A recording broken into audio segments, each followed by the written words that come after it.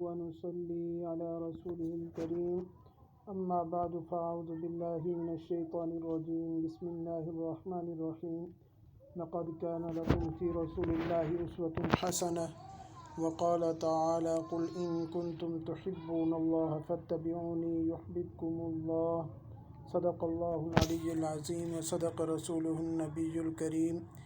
یہ جو میں نے آپ کے سامنے دو آیت مبارکہ تلاوت کی ہیں، ان کے بارے میں کل کی گزشتہ ریکارڈنگ میں ان کی ترجمہ اور تشریح گزر چکی ہے، تفسیر۔ خلاصہ یہ ہے کہ نبی کریم صلی اللہ تعالیٰ علیہ وسلم کی ذات اطہر کو اور آپ کی ذات اطہر سے صادر ہونے والے اعمال کو اللہ پاک جل شانہ نے ہمارے لیے نمونہ قرار دیا ہے کہ ہم ان کو دیکھ کر اپنے اعمال کی اصلاح کریں اور اپنے اعمال کو ان آپ صلی اللہ علیہ وسلم کے احکام، فرامین اور آپ کی سنتوں کے مطابق کرنے کی کوشش کریں۔ اور اسی طرح دوسری آیت کا خلاصہ یہ ہے کہ نبی کریم صلی اللہ تعالیٰ علیہ وسلم کی اتباع، یعنی آپ کے احکام اور فرامین پر عمل اور آپ کی سنتوں کی پیروی، سنتوں پر عمل کرنا، ان کو اختیار کرنا، یہ اللہ جل شانہ کی محبت کا ذریعہ ہے اور اللہ تعالیٰ کا قرب حاصل کرنے کا، جنت میں داخلے کا مختصر ترین راستہ ہے۔ دین و دنیا کی فلاح رسول اللہ صلی اللہ تعالیٰ علیہ وسلم کی تعلیمات اور آپ کی عادات و سنن کے اتباع پر موقوف ہے، جو صرف نماز، روزہ اور دیگر عبادات کی حد تک نہیں بلکہ زندگی کے ہر شعبہ، یعنی اخلاق و عادات، معاشرت و معاملات، سب پر حاوی ہے۔ اس لیے نبی کریم صلی اللہ تعالیٰ علیہ وسلم کی سنتوں کی اتباع زندگی کے ہر موڑ پر اور دن رات کے ایک ایک عمل میں آپ صلی اللہ علیہ وسلم کی سنتوں کی اتباع کرنے کی کوشش کرنی چاہیے۔ آج کی کلاس میں ہم سونے اور جاگنے کے متعلق نبی کریم صلی اللہ تعالیٰ علیہ وسلم کی سنتوں اور آپ صلی اللہ علیہ وسلم کے فرامین کے بارے میں پڑھیں گے کہ آپ صلی اللہ تعالیٰ علیہ وسلم ابتدائے شب میں سوتے تھے، اور اس کی آپ صلی اللہ تعالیٰ علیہ وسلم تلقین بھی فرماتے تھے کہ رات کو جلدی سویا جائے۔ ایک حدیث پاک میں آتا ہے کہ عشاء کے بعد آپ صلی اللہ علیہ وسلم نے قصہ گوئی، یعنی فضول باتوں میں وقت خرچ کرنے سے منع فرمایا اور جلدی سونے کا حکم فرمایا۔ آپ صلی اللہ اگر کوئی اجتماعی اور مسلمانوں کا خیر کا کوئی معاملہ ہے، اس کے بارے میں کوئی مشورہ ہو، کوئی کوشش کرنی ہو تو اس کے لیے جاگا جا سکتا ہے، دینی معاملہ ہو۔ جس طرح کہ آپ صلی اللہ تعالیٰ علیہ وسلم کے بارے میں بھی آتا ہے کہ آپ رات کو حضرت سیدنا صدیق اکبر اور سیدنا عمر رضی اللہ تعالیٰ عنہ کے ساتھ امور مسلمین کے بارے میں مشورہ فرماتے تھے۔ تو یہ چونکہ اجتماعی اور دینی معاملات کے بارے میں ہوتا، دینی رہنمائی کے بارے میں ہوتا تھا، اس لیے آپ صلی اللہ تعالیٰ علیہ وسلم بھی ایسا فرماتے تھے۔ اور اگر کسی نے دینی یا اجتماعی معاملے کے بارے میں جاگنے اور کوئی مشورہ کرنا ہو، کوئی محنت کرنی ہو، مطالعہ کرنا ہو تو اس کی گنجائش ہے، نہ صرف گنجائش بلکہ آپ صلی اللہ تعالیٰ علیہ وسلم کی سنت بھی ہے۔ بہرحال آپ صلی اللہ تعالیٰ علیہ وسلم ابتدائے شب میں سوتے اور نصف شب کی ابتدا میں بیدار ہو جاتے تھے، اٹھ کر مسواک فرماتے، وضو کر کے جس قدر اللہ جل شانہ نے مقدر کر رکھی ہوتی نماز پڑھتے، گویا بدن کے جملہ اعضاء اور تمام قوا کو نیند اور استراحت سے حصہ مل جاتا تھا۔ آپ صلی اللہ تعالیٰ علیہ وسلم کا سونا اعتدال کے ساتھ ہوتا تھا، نہ آپ صلی اللہ تعالیٰ علیہ وسلم ضرورت سے زیادہ سوتے تھے اور نہ ضرورت سے زیادہ جاگتے تھے، بلکہ اعتدال کے ساتھ سوتے تھے۔ تو ہمیں بھی چاہیے کہ نیند میں اعتدال رکھنی چاہیے اور نبی کریم صلی اللہ تعالیٰ علیہ وسلم کی سنت کی اتباع میں سونا چاہیے۔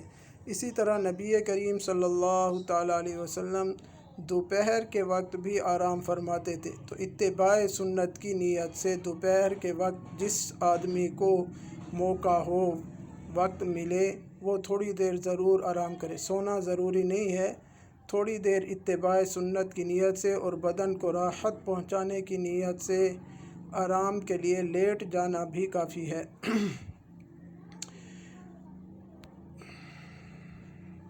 سونے کی سنتوں میں سے ایک سنت یہ بھی ہے کہ باوضو سویا جائے۔ ایک حدیث میں ہے کہ جب تم بستر پر آنے کا ارادہ کرو تو وضو کر لیا کرو، تو باوضو سونا چاہیے۔ یہ سونوں کی سنتوں میں سے ایک سنت ہے۔ اسی طرح وضو کرنے کے بعد جب سونے کے لیے جائیں تو اپنے بستر کو جھاڑ لیں۔ یہ نبی کریم صلی اللہ تعالیٰ علیہ وسلم کا ارشاد ہے کہ تم میں سے کوئی شخص جب اپنے بستر پر سونا چاہے تو اسے جھاڑ لے، کیونکہ اسے نہیں معلوم کہ اس کے جانے کے بعد اس پر کیا آیا۔ ہمارے لیے آپ صلی اللہ تعالیٰ علیہ وسلم کا فرمان اور آپ کی سنت ہی کافی ہے، ورنہ جو ہے یہ بھی ممکن ہے کہ کوئی زہریلی چیز آئی ہو، کوئی زہریلی چیز گری ہو جو ہمارے جسم پر لگنے سے نقصان پہنچائے، الرجی وغیرہ بھی ہو سکتی ہے، کوئی ہاتھوں کو لگ جاتی ہے، پھر ہاتھوں کے ذریعے منہ میں بھی جا سکتی ہے، یا کوئی کیڑا وغیرہ کچھ بھی ہو سکتا ہے۔ اس لیے جھاڑنا ایک تو سنت بھی ہے اور دوسرا اس میں دنیاوی فائدہ بھی ہے۔ اسی طرح بستر جھاڑنے کے بعد اسے ایک سنت یہ ہے کہ جب بستر پر لیٹنے لگیں تو مسنون دعا ہے، بسمک ربی وضعت جنبی وبک ارفعہ ان امسکت نفسی فاغفر لها وان ارسلتها فاحفظها بما تحفظ به عبادک الصالحین۔ یہ دعا بھی پڑھنے کا اہتمام کر لینا چاہیے، مسنون دعاؤں میں سے ہے۔ اور اسی طرح ایک دعا یہ بھی آتا ہے کہ ربی قینی عذابک یوم تبعث عبادک۔ یہ دعا بھی پڑھ لینی چاہیے، 3 مرتبہ یہ دونوں دعائیں پڑھ لینی چاہیے۔ اور اسی طرح ایک سنت یہ ہے کہ دائیں پہلو پر سوئے۔ ارشاد نبی صلی اللہ تعالیٰ علیہ وسلم ہے، طویل حدیث ہے، بخاری اور مسلم دونوں حدیث کی کتابوں میں یہ طویل حدیث موجود ہے۔ اس میں درمیان میں سونے کے آداب بیان کرتے ہوئے آپ صلی اللہ علیہ وسلم فرماتے ہیں کہ پھر اپنے دائیں پہلو پر لیٹ جائے،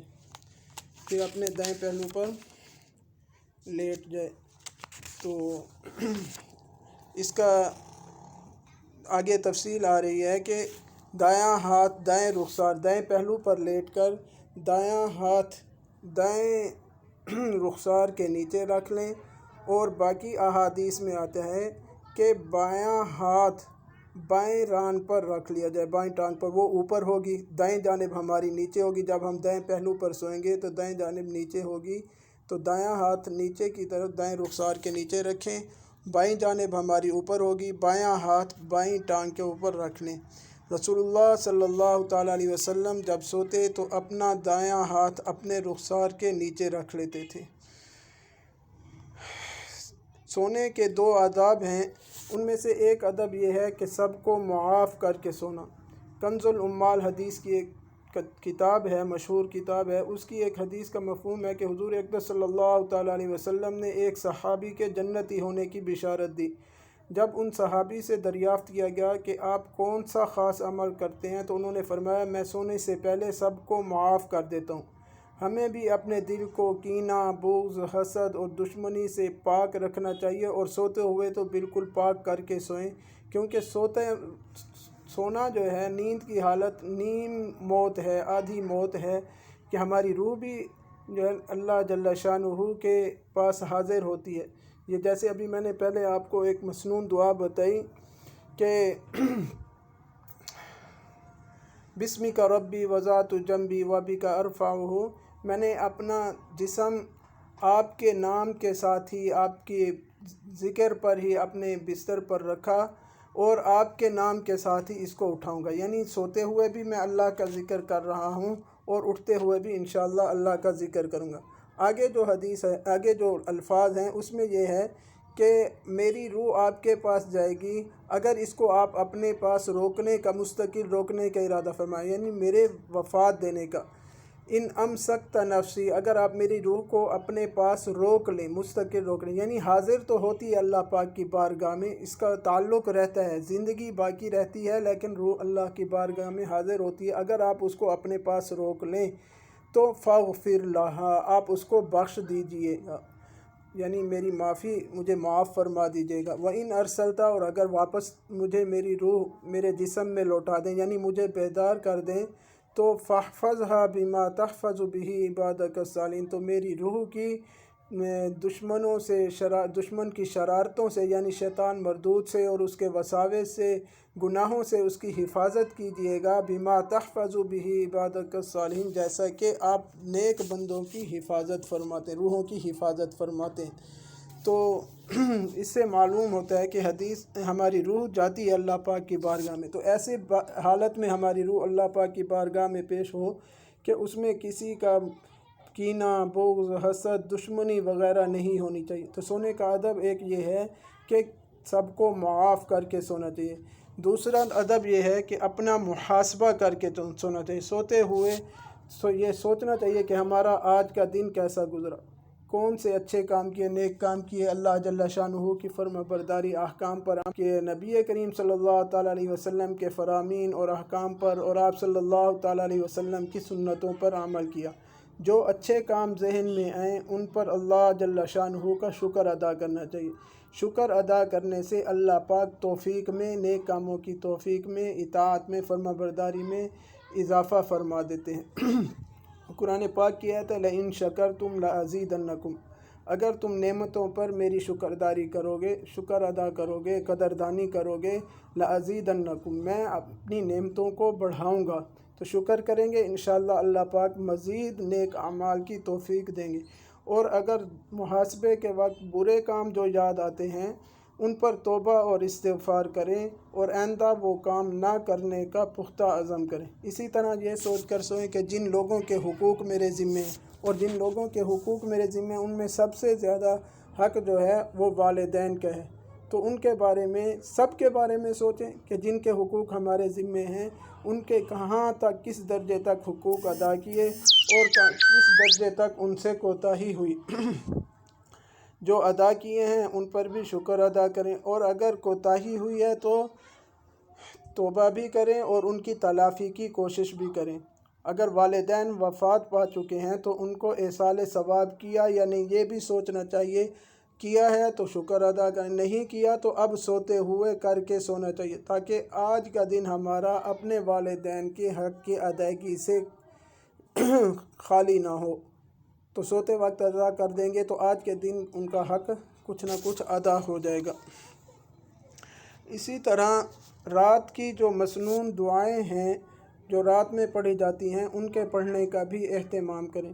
سورہ بقرہ کی آخری دو آیتیں آمن الرسول بما انزل الیہ من ربہ والمؤمنون سے آخر تک دو آیتیں ہیں، یہ بھی پڑھ کر سونا سنت ہے۔ صحاح ستہ حدیث کی جو مستند 6 کتابیں ہیں ان سب کے اندر یہ آخری دو آیتوں کا رات کو پڑھنا مذکور ہے۔ اسی طرح سورہ اخلاص 3 دفعہ پڑھ کر سونا یہ بھی مسنون ہے۔ بخاری، مسلم، نسائی کی یہ حدیث ہیں، ان کے اندر یہ لکھا ہوا ہے قرآن مجید کی 100 آیتیں سونے سے پہلے کم از کم، یا پھر قرآن کم از کم یہ ہے کہ قرآن پاک کی 10 آیتیں پڑھ لیں، سورۃ یاسین پڑھ لیں۔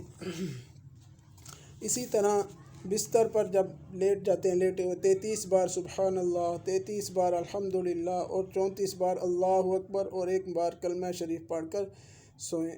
استغفار کر کے سوئیں، کم از کم 10 مرتبہ استغفار کریں، اور تہجد کی نیت کر کے سوئیں کہ صبح ہم نے اٹھ کر تہجد پڑھنی ہے۔ اور صبح جب بیدار ہوں تو بیدار ہوتے ہی سب سے پہلے تو دعا پڑھنی ہے بیدار ہونے کی، الحمدللہ الذی احیانا بعد ما اماتنا والیہ النشور، تمام تعریفیں اس اللہ کے لیے ہیں جس نے ہمیں مارنے کے بعد زندہ کیا اور اسی کی طرف اٹھ کر جانا ہے۔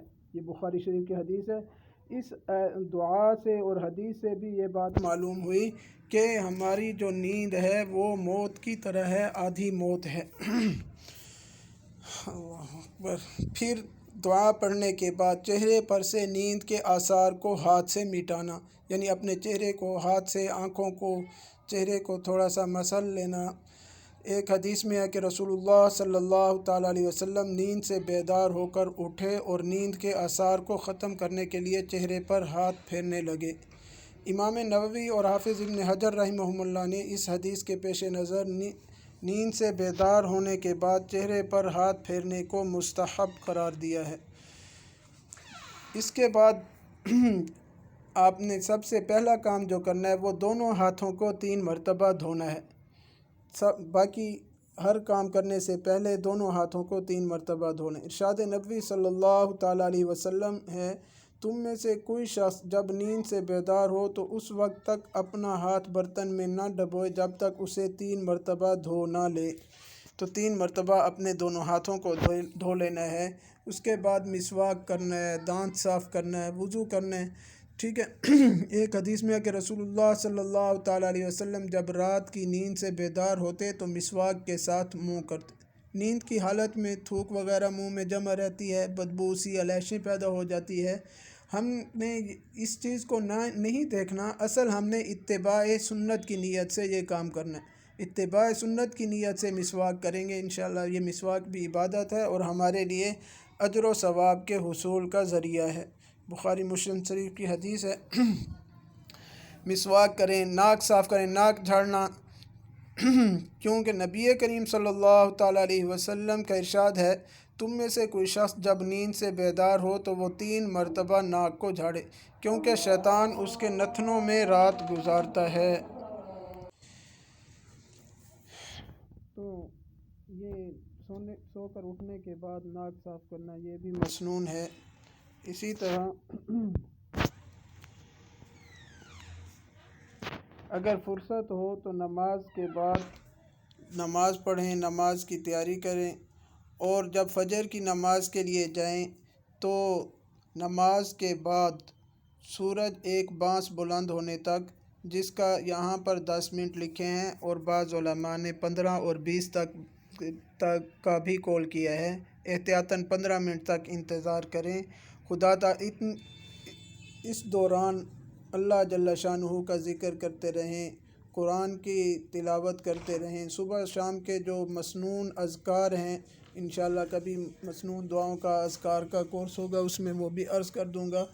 مختصراً یہ ہے کہ تیسرا کلمہ سبحان اللہ والحمد للہ ولا الہ الا اللہ واللہ اکبر ولا حول ولا قوة الا باللہ العلی العظیم، اس کی ایک تسبیح، اور درود شریف کی ایک تسبیح، استغفار کی ایک تسبیح، لا الہ الا اللہ کم از کم ایک تسبیح، یہ مسنون اذکار ہیں، یہ کرتے رہیں۔ قرآن پاک کی تلاوت کرتے ہیں، سورہ یاسین پڑھیں، سورہ یاسین کا پڑھنا بھی صبح کے وقت میں یہ مسنون ہے، تو یہ پڑھ لیں اور اپنی جگہ پر 2 یا 4 رکعت نماز نفل پڑھ کر اٹھیں۔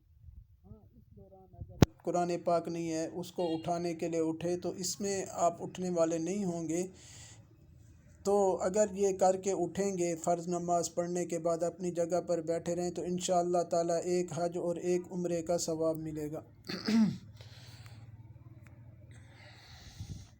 پھر اپنے معمولات یومیہ میں مشغول ہو جائیں، کسی حلال روزی کے شغل میں لگ جائیں اور تمام دن وقت پر نماز ادا کرتا رہے تو یہ پورا دن عبادت میں لکھا جائے گا۔ خواتین گھروں میں اور مرد حضرات مسجد میں باجماعت نماز پڑھتے رہیں، 5 نمازیں، تو انشاءاللہ پورا دن عبادت میں شمار ہوگا۔ اللہ پاک جل شانہ ہمیں عمل کرنے کی توفیق عطا فرمائے اور سنتوں پر عمل کرنے اور جنت میں جانے والا بنائے۔ اللہ تعالی ہمارا خاتمہ ایمان پر فرمائے۔ وآخر دعوانا الحمد للہ رب العالمین۔